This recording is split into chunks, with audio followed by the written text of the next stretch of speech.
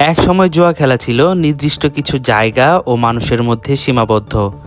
জুয়ার আসরে যেতে হতো, নির্দিষ্ট মানুষ ও পরিবেশের প্রয়োজন হতো, কিন্তু প্রযুক্তির উন্নতির সঙ্গে বদলে গেছে সেই চিত্র। ইতিহাস বলছে জুয়ার প্রচলন হাজার বছর পুরনো। প্রাচীন সভ্যতাগুলোতেও ভাগ্য নির্ভর খেলা ও বাজির প্রচলন ছিল। সময়ের সঙ্গে বিভিন্ন দেশে গড়ে ওঠে জুয়ার আড্ডা, ক্যাসিনো ও ব্যাটিংয়ের ব্যবস্থা।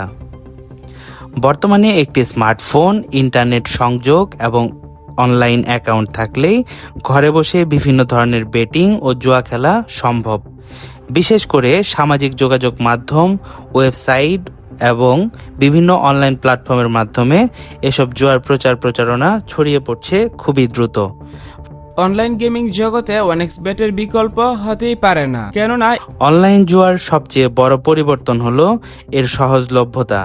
আগে যেখানে জুয়া খেলতে নির্দিষ্ট জায়গায় যেতে হতো, এখন সেই জায়গা চলে এসেছে মানুষের হাতের মুঠোয়। এর সঙ্গে বাড়ছে আর্থিক ক্ষতি, ঋণের চাপ এবং প্রতারণার ঝুঁকি।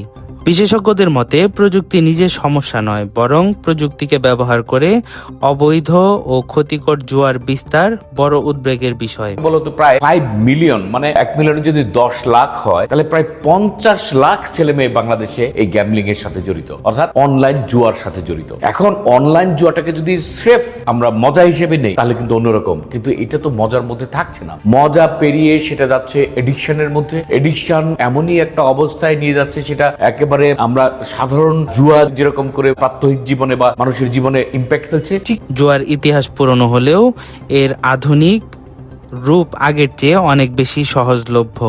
আর মাত্র একটি মোবাইল ফোন ও ইন্টারনেট সংযোগ এখন সেই পুরনো জুয়াকে পৌঁছে দিচ্ছে মানুষের ঘরে ঘরে।